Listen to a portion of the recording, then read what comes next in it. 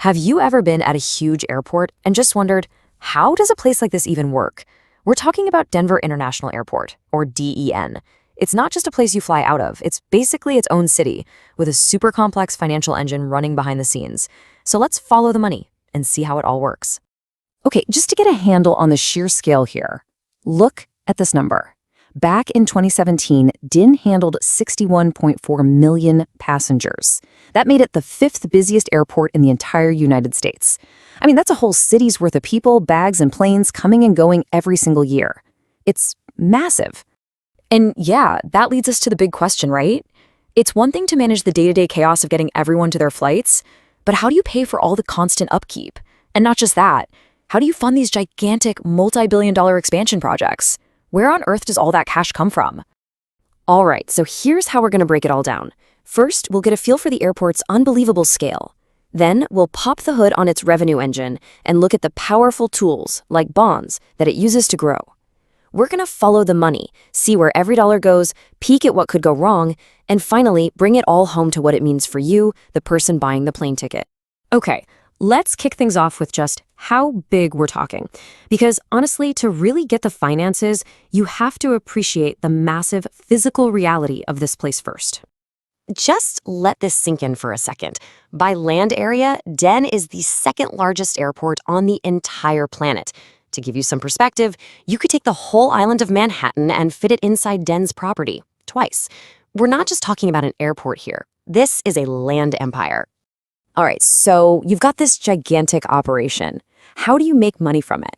Well, it's not as simple as just selling plane tickets. The airport itself has a whole bunch of different ways to bring in revenue. Now, this chart, this is fascinating. Check it out.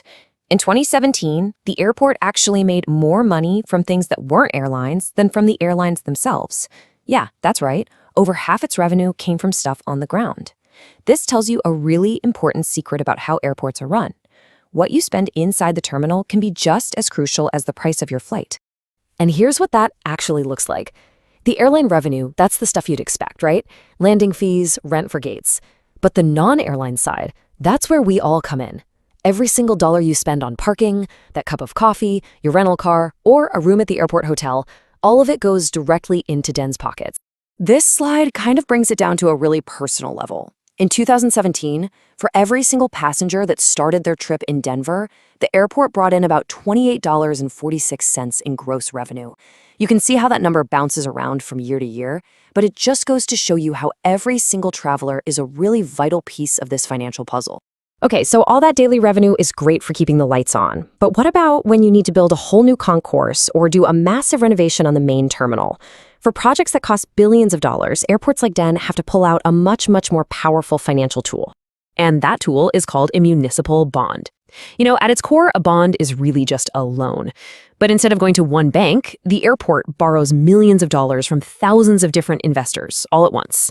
And then, over many years, it pays all those investors back with interest, using the money it plans to make in the future. But, and this is a big but, not all bonds are created equal. Think of it like you're boarding a plane. Senior bonds. They're like the VIPs in the priority line. They are legally the first people in line to get their money back. Subordinate bonds are more like general admission.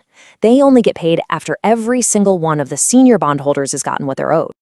So this whole idea of who gets paid first is incredibly important. It's not like the airport can just spend its revenue on whatever it wants. There's a legally required pecking order for every single dollar that comes through the door. This whole process is often called a flow of funds, or even better, a money waterfall. Here's how it works. First, all the revenue gets pulled together. Then, the very first thing that gets paid is the daily operating and maintenance costs, keeping the lights on and the runways clear.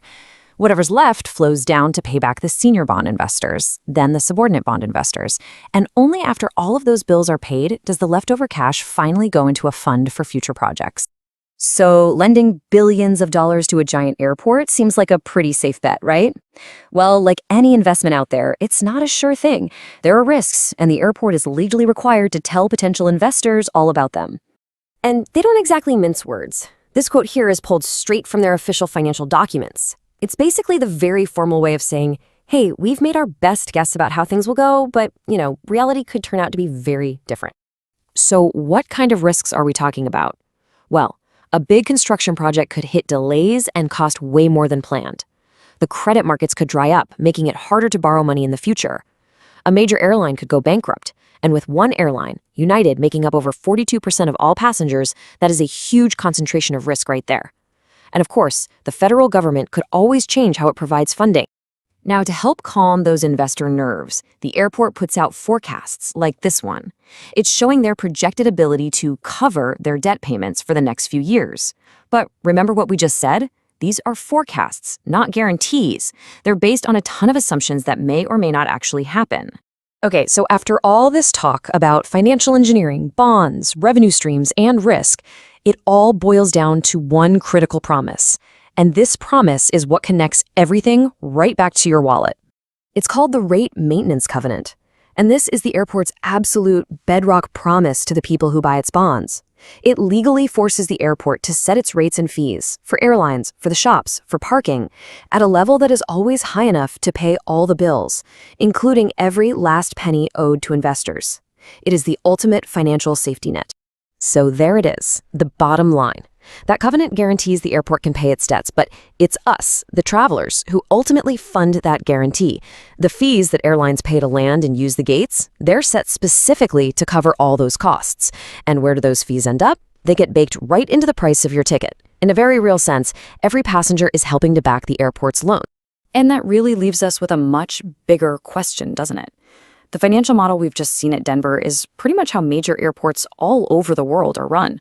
So as our infrastructure gets older and the demand to fly just keeps going up and up, this complex dance of revenue, debt, and risk is only going to become more and more important to keeping us all in the air.